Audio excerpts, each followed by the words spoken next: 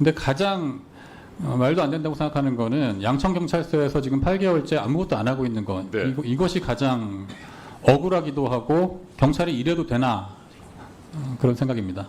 오늘은 방송통신심의위원회 공익신고자 압수수색이라는 민주주의 국가에서 절대 있어서는 안 되고 결코 일어났다고 믿을 수 없는 중대 사건을 다루는 자리입니다.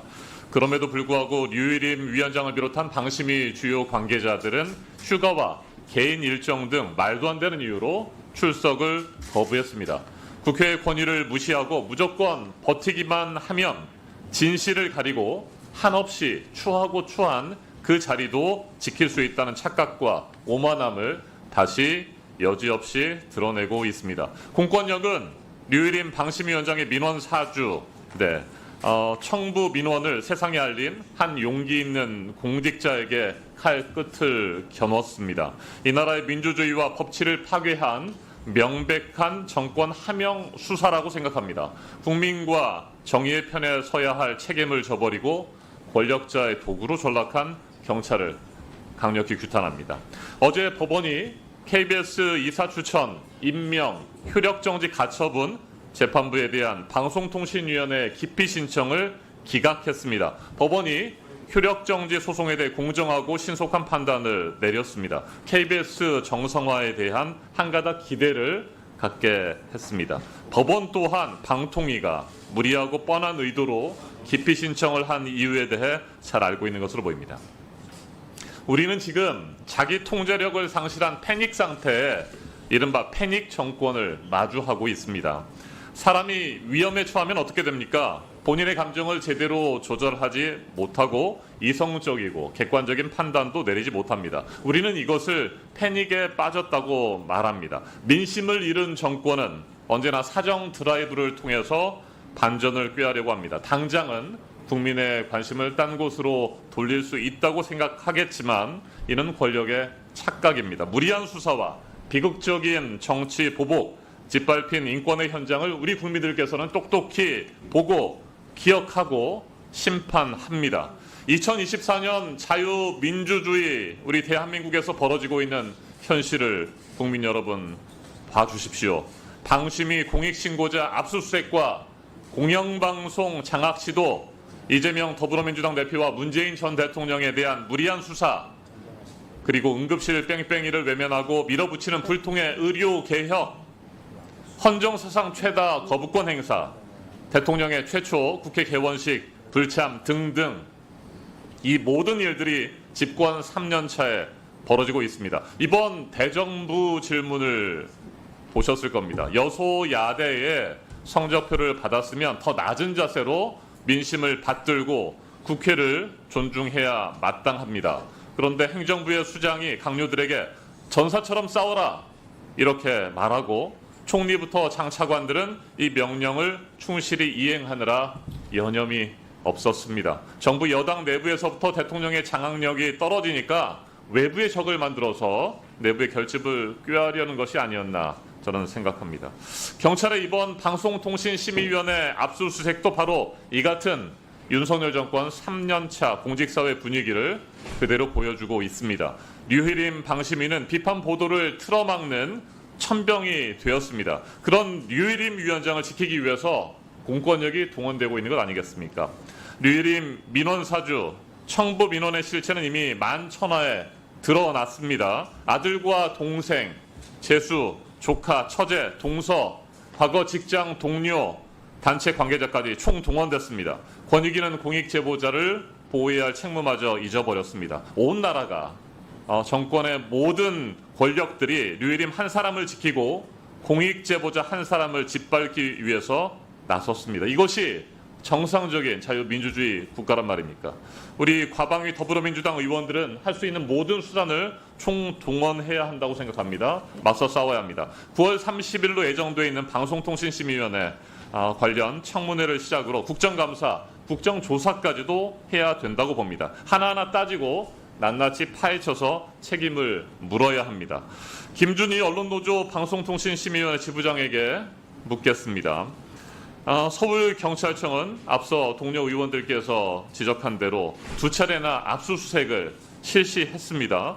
압수수색을 한 물건들에 대해서도 논란이 있고 과도한 압수수색 집행에 대한 불만의 목소리가 높다고 들었습니다. 어떻습니까? 선택적 수사, 편파적인 수사를 하는 것에 대해서 기본적으로 경찰 수사를 신뢰하기 어렵고요. 네. 저는 서울경찰청에서 이제 뭐 수십 명이 나와서 이렇게 압수수색을 하는데 이분들도 뭐 위에서 시키니까 하는 거겠지라고 생각이 들면서 한편으로 딱하다는 생각도 좀 들었거든요.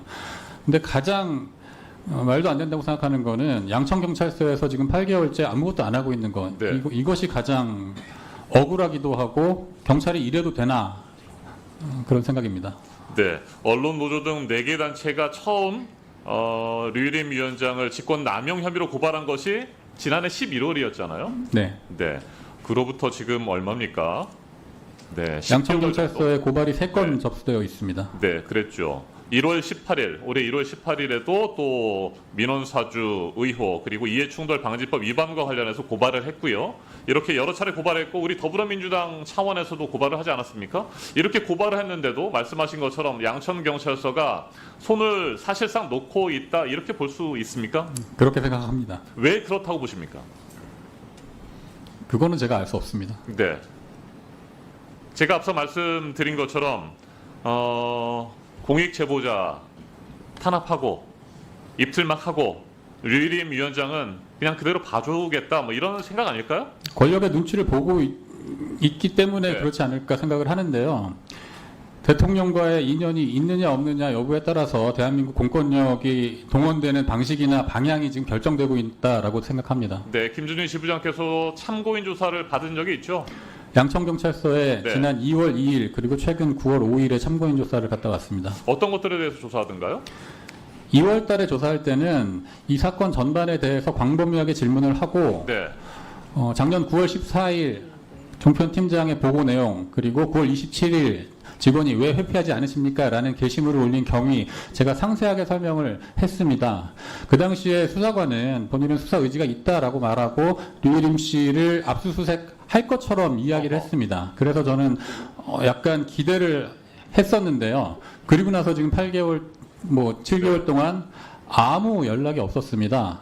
그래서 8월 말에 시민단체와 노조가 함께 양천경찰서 앞에서 그 수사 방치, 수사 지연을 규탄하는 기자회견을 했었는데 기자회견 하고 나니까 바로 또 연락이 오더라고요. 그래서 또 참고인 조사를 받으신 거죠? 네, 이번에 네. 갔는데 가서 수사 의지가 없다라는 것을 저는 확실히 느꼈습니다. 네, 양천경찰서 수사 담당자가 처음에는 수사 의지가 있는 것으로 보이고 류일임 위원장에 대한 압수수색도 실시하겠다는 어떤 뉘앙스의 얘기를 했다고 한다면 그 수사 의지가 꺾였다고 봐야 되겠군요? 그렇게 생각합니다. 네, 왜 누가 그 수사 의지를 꺾었을까요?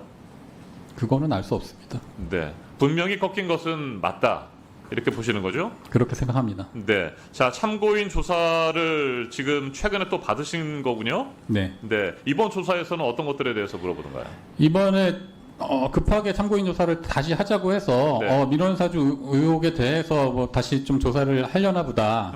뭐 미진한 부분에 대해서 보완 요청을 받았나 보다라고 생각을 했는데 민원사주를 했는지 여부에 대해서는 전혀 물어보지 않고 아하. 그래서 불이익 조치를 받은 게 있습니까? 이것만 집요하게 물어보더라고요. 그래서 네. 수사 의지가 없구나. 이 사건의 본질이 불이익 조치가 있었느냐 없었느냐라고 수사관이 말을 그렇게 했습니다. 아, 그렇군요. 그러면 류일임 위원장의 민원사주 청부 민원에 대해서는 수사 의지가 없다고 보여지고 만약에 불이익을 주었다고 하는 어떤 확실한 증거가 없으면 그것도 무혐의 처리하려고 하는 그런 의도라고도 해석할 수 있겠군요. 그럴 가능성이 높다고 생각합니다. 네, 실제로 불이익을 많이 받고 있습니까? 이거는 아직 사건이 진행 중이기 때문에 이후에 어떤 불이익이 있을지 알 수 없습니다. 네, 서울경찰청과 양천경찰서의 모습이 너무나 상반되는 것 같습니다. 네. 네, 서울경찰청은 지금 공익신고자를 색출하는 작업이 혈안이 돼 있는 거 아닙니까? 그렇게 생각합니다. 네, 그래요. 자, 수사 개시 시점에 서울경찰청장이 조지호 청장이었잖아요. 네. 네, 이분이 경찰청장으로 승진을 했군요. 네. 언론 보고 알았습니다. 저희가 확인을 해보니까 윤석열 대통령 인수위원회 파견 갔던 분이었고 이후에 초고속 승진을 했네요. 2년 사이에 경무관에서 치안감이 되고 치안정감, 치안총감 그렇게 하고 경찰청장이 됐어요. 네. 이렇게 초고속 승진했는데 참고인 어떻게 생각하십니까? 아까 말씀드렸다시피 선택적 수사, 편파 수사라고 생각을 하고 정말 대통령과 인연이 있느냐 없느냐가 이 사회 공적인 시스템에 영향을 이렇게 줘도 되는가 좀 한심하다고 생각합니다. 앞으로 경찰 수사에 희망이 있습니까?